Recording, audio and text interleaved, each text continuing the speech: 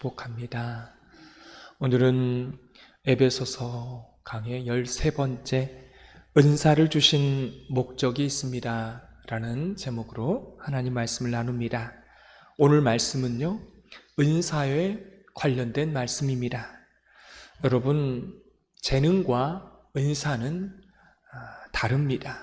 재능은 예수님을 믿는 사람이나 믿지 않는 사람이나 선천적으로 주신 하나님의 선물이라고 말할 수 있습니다. 이건 영어로요, 탤런트입니다. 그런데 예수님을 믿는 사람에게 후천적으로 주시는 선물은 영어가 다릅니다. 영어는 기프트입니다. 기프트는 선물이라는 뜻입니다.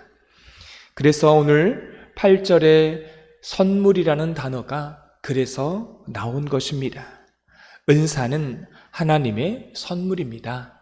근데 은사는 조건이 있어요. 예수님을 믿는 사람에게만 주신다는 겁니다.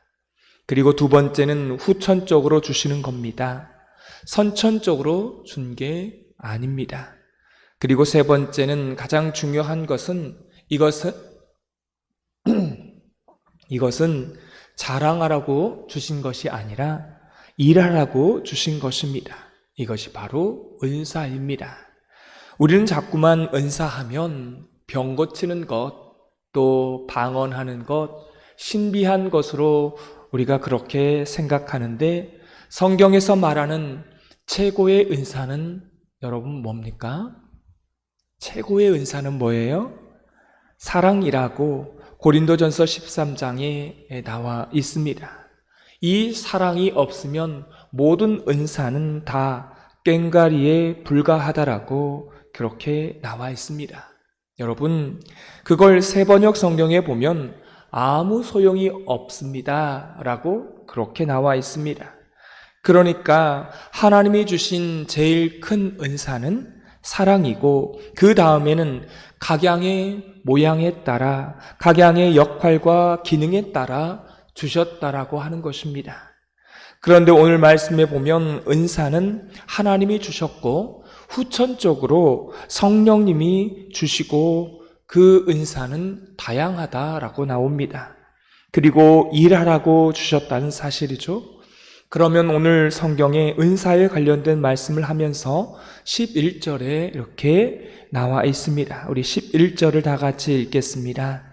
그가 어떤 사람은 사도로, 어떤 사람은 선지자로, 어떤 사람은 복음 전하는 자로, 어떤 사람은 목사와 교사로 삼으셨으니. 아멘.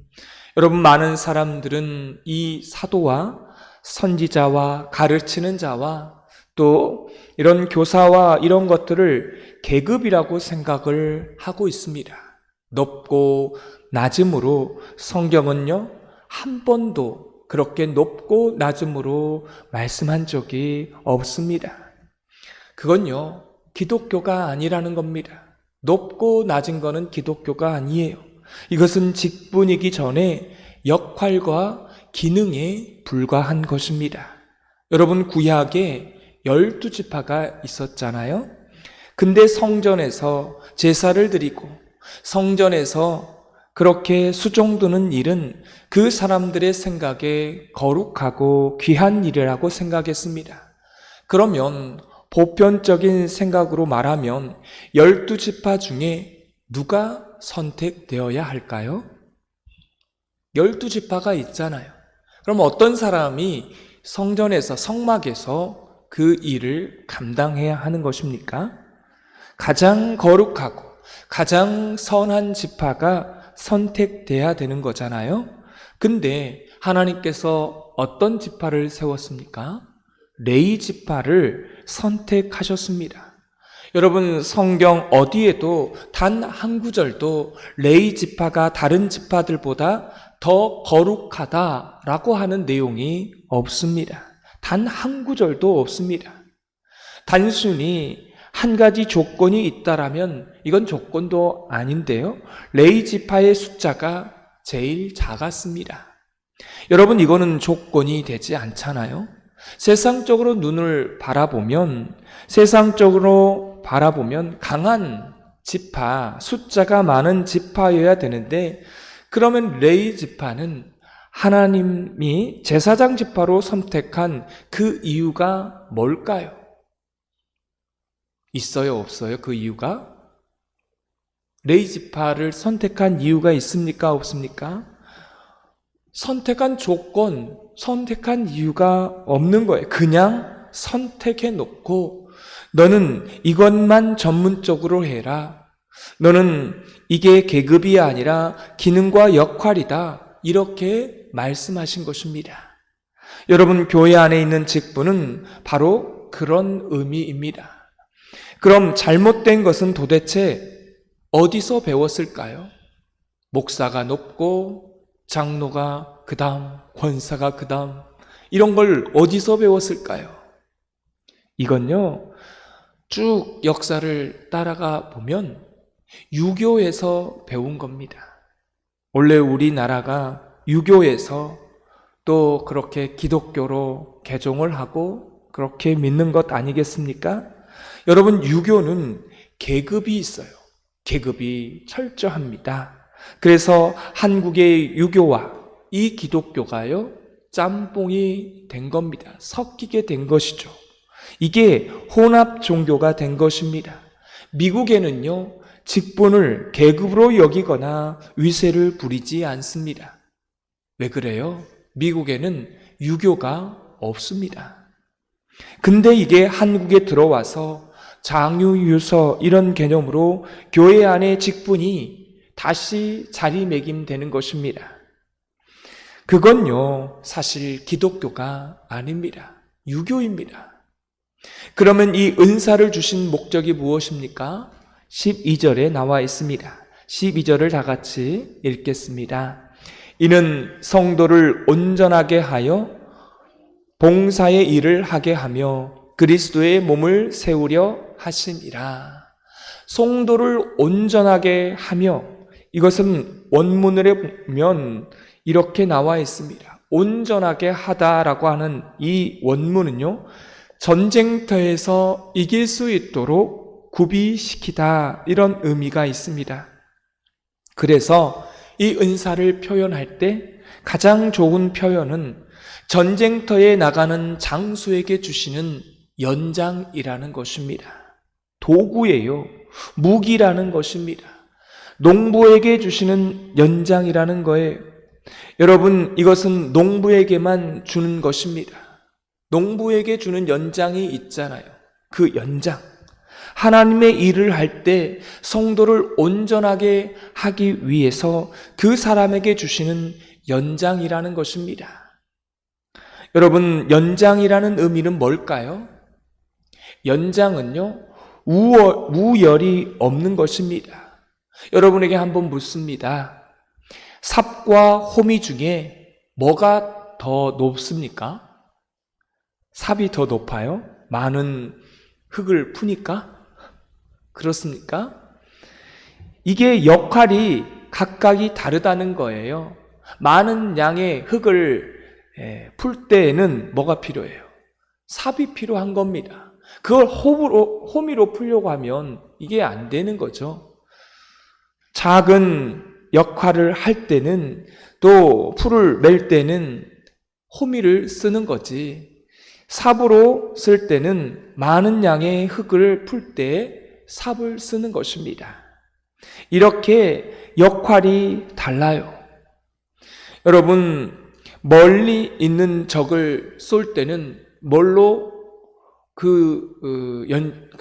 무기를 쓰는 것입니까? 사람을, 멀리 있는 사람을 죽이려고 할 때는 활을 쓰는 거고, 가까이에 있는 사람을 죽일 때는 칼을 써서 그렇게 무기를 사용하는 것 아니겠습니까?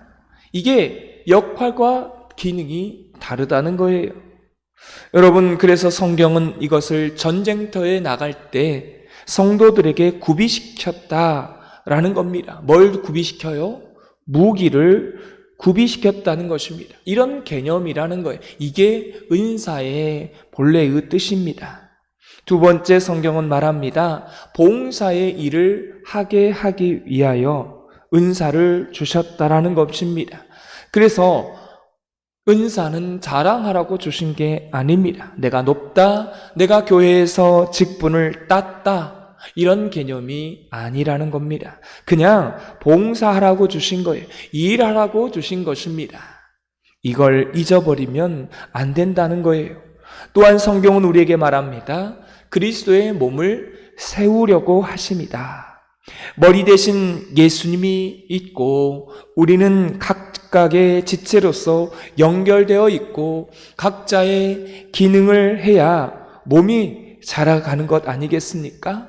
오늘 본문에 예수 그리스도가 머리이심을 말하고 있습니다. 목사가 머리가 아니에요. 당회가, 공동의회가 머리가 아닌 것입니다. 예수 그리스도만이 교회의 머리가 되시는 것입니다. 그분이 전하는 말씀이 교회의 머리입니다. 우리는 그 교회를 수종드는 섬기는 자들입니다. 각자의 기능과 역할로 교회를 세워가고 그리스도를 머리로 삼고 예수님을 받드는 것입니다. 그러면 오늘 성경은 말합니다. 각자의 몸이 온전하게 장성하도록 자랑한다는 것입니다. 여기서 중요한 원칙이 있습니다. 머리 대신 예수 그리스도가 사라진다면 몸이 자랄 수 있을까요? 없습니다. 머리 대신 예수 그리스도가 있는데 각자가 연결되어 있지 않았다? 여러분, 이것도 이 몸은요, 자랑할 수가 없는 것입니다. 반드시 머리와 몸이 연결되어져 있어야 자라는 것이고 그래야 자랑할 수가 있는 것입니다. 연결되어져서 하나의 목적을 위하여 성도를 온전하게 하고 봉사의 일을 하며 그리스도의 몸을 세우고 그리스도의 머리 되심을 세우는 교회, 이것이 바로 우리에게 은사를 주신, 직분을 주신 이유인 것입니다. 사랑하는 성도 여러분, 하나님께서 우리에게 주신 은사들이 있습니다. 중요한 것은 일을 하다 보면 하나님이 주신 그 필요한 연장을 주신다는 거예요. 우리가 일을 하다 보면 뭐가 필요한지 그 연장을 하나님이 주세요. 그리고 어떤 일을 계속 하다 보면 그게 내게 잘한다고 하는, 내가 그걸 잘한다고 하는 사실을 알게 되는 것입니다. 그게 은사가 되는 거죠. 그래서 하나님께서 그 일을 여러분에게 맡겨주시는 것입니다. 제가 부목사로서 그렇게 목회를 할 때에 제 주변에 이상하게 저와 비슷한 분들을 저는 많이 만났습니다. 하나님이 붙여주신 것이죠. 그 경우를 많이 봐요. 가장 소외받고 가장 보살핌이 필요한 사람들을 저는 많이 만났습니다. 이상하게 저는 그런 분들을 많이 만나게 해주셨고 하나님이 붙여주셨습니다. 제가 그런 경험을 많이 했어요. 왜 나에게 이렇게 교회 안에서 소외된 분들을 만나게 하실까? 참 연약한 분들을 만나게 해주셔서 그분을 보살피고 또 케어하고 또 그분의 그러한 지팡이가 되어주고 또 그런 역할들을 제가 많이 감당했던 것 같습니다. 그걸 저에게 하나님이 하시게 하는 이유는 저에게 그런 은사가 있다라고 하는 것이죠. 하나님은 저에게 그런 사람을 왜 붙여주셨을까요? 그런 사람을 목양하라고, 그런 사람의 그 상처를 치유하기 위함이었다는 것입니다. 그래서 여러분, 과거에 어려움이 있고 상처가 있다라면 그 상처들이 예수님의 이름으로 회복된 사람은 나의 동일한 상처를 가지고 있는 사람을 회복시키는데 쓰여지는 그런 은사가 되어지는 줄 믿습니다. 내가 어려운 일을 당했을 때 나와 똑같은 그 어려움을 당한 사람을 하나님이 붙여주셔서 그 사람에게 있어서 그 상처를 싸매주고 또 그 상처를 회복시켜주는 그런 역할을 하게 한다는 것입니다. 오늘 말씀을 맺습니다. 목사와 장로와 집사는요, 비교하지 않습니다. 직분은 비교하는 게 아닙니다. 우열이 없어요. 목사는 목사의 일을 하는 겁니다. 기능과 역할이 다를 뿐이에요. 제가 이 일을 하니까 제가 높은 게 아니에요. 제가 이렇게 단에서 높은 자리에서 여러분에게 설교를 하고 말씀을 전하니까 제가 높습니까? 아니에요. 하나님께서 저에게 맡겨주신 일이니까 이 일을 제가 하는 거지, 제가 높아서 이 일을 하는 게 절대로 아닌 것입니다. 그래서요, 여러분, 이 레위 지파를 보십시오. 이 레위 지파를 볼 때에 그들이 그 다른 지파보다 더 거룩해서 레위 지파를 선택한 게 아니에요. 하나님께서 저를 선택했을 때에 여러분과 비교해서 제가 더 거룩해서, 제가 뭘 더 많이 여러분과 비교해서 선한 것이 있어서 제가 선택받은 게 아니라는 거예요. 제가 목사로 선택받은 것은 뭐예요? 그냥 하나님께서 그냥 저를 아무 이유 없이 택하셨다는 거예요. 여러분, 레위 지파가 그렇다는 것입니다. 오히려 레위 지파는요, 약했어요. 약한 그 지파를 선택한 것입니다. 여러분, 이게 은혜 아닙니까? 제가 오히려 여러분보다 더 약하기 때문에 하나님께서 택하지 않았을까? 이게 은혜가 되는 것이죠. 약하기 때문에 하나님이 제사장의 직분을 감당할 수 있도록 주셨다. 이게 얼마나 큰 은혜입니까? 그래서 은사도 결국 하나님의 선물임을 여러분 잊지 마시고, 그래서 부유하고 일 잘하는 사람만 교회에 일을 하는 게 아니라 연약한 자도 하나님께서 선택하셔서 기능과 역할을 감당하게 하셔서 주님의 몸된 교회를 잘 섬기면 교인들이 그렇게 생각할 거 아니겠습니까? 이건 하나님의 은혜다. 내가 다른 사람보다 더 나아서 이 새벽에 나온 게 아니다. 하나님이 연약한 나를 세워주셔서 몸된 교회를 세워가기 위해서 오늘 이 새벽도 기도하게 하신 것이다. 불러주신 것이다. 여러분, 이게 얼마나 은혜가 되는 것입니까? 여러분, 잘난 사람들이 교회 일을 하면 어때요? 잘할 수 있겠죠, 일을 잘하니까. 그러나 그건 뭐예요? 당연한 것입니다. 일 잘하는 사람 데려다가 일을 시키면 잘하는 것은 당연한 것 아니겠습니까? 당연히 잘 해내야 되는 거죠. 사실 그것은 교회가 아닌 것입니다. 교회는 세상적으로 좀 연약하다 할지라도 인정받지 못한 사람들이 와서 후천적으로 은사를 받고 직분을 받고 성령의 은사를 받아서 교회를 잘 섬기면 많은 사람들이 바라보면서 이렇게 결론을 내리는 것입니다. 이 일은 하나님이 하신 것이다. 이래서 교회가 저는 참 좋습니다. 머리이신 예수 그리스도가 대단하신 것이죠. 이렇게 고백되어진다면 은사를 주신 목적이요, 이루어지는 것입니다. 세상적으로 잘난 사람이 교회에 와서도 장로가 되고 권사가 되고 안수집사가 되고, 그러면 세상과 교회가 뭐가 다르겠습니까? 교회는 그런 곳이 아니라는 거죠.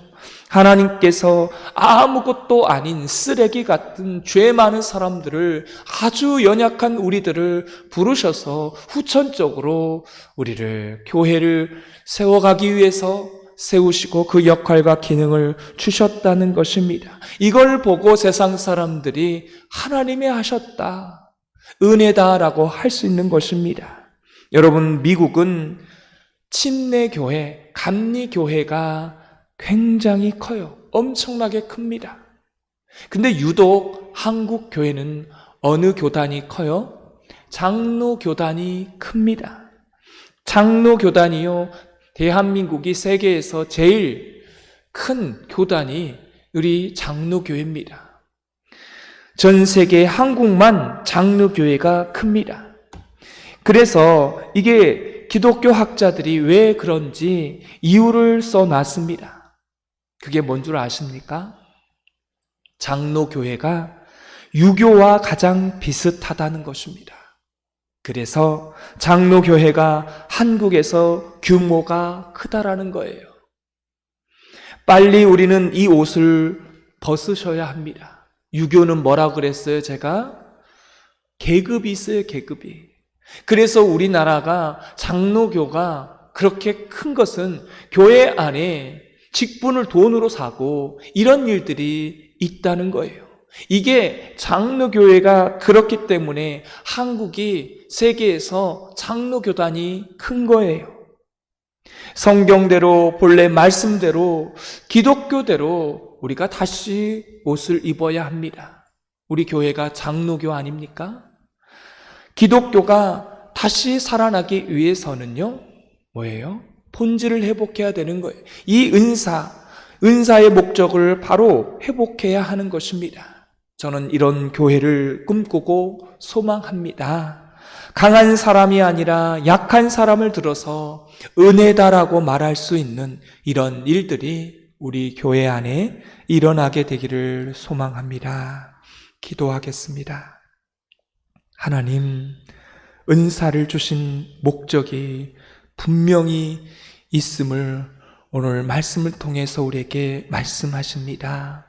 우리나라가 유교여서 기독교가 들어올 때 그 유교의 계급에 따라 교회 안에서도 계급처럼 직분이 그렇게 사용되어졌는데 성경은 그게 아니라고 말씀합니다. 기능과 역할에 따라서 직분을 주셨고 그 직분은 바로 하나님의 선물임을 기억하고 오히려 가장 연약한 자를 하나님께서 들어 쓰셔서 하나님의 교회, 몸된 교회를 세워간다 말씀하셨습니다. 하나님, 우리에게 이러한 은사의 본질을 기억하고 날마다 하나님이 주신 그 은사를 잘 사용할 수 있도록 자랑하는 것이 아니라 일하고 섬기고 봉사하고 하나님 그렇게 하나님의 일들을 감당하게 하여 주옵소서. 하나님 우리에게 주신 그 은사 주신 목적에 따라 앞으로 우리에게 주어지는 그 일들을 잘 감당할 수 있도록 우리 교회가 그 일 가운데 또한 본질을 따라갈 수 있는 저희 교회 되게 하여 주옵소서. 예수님의 이름으로 기도드리옵나이다. 아멘.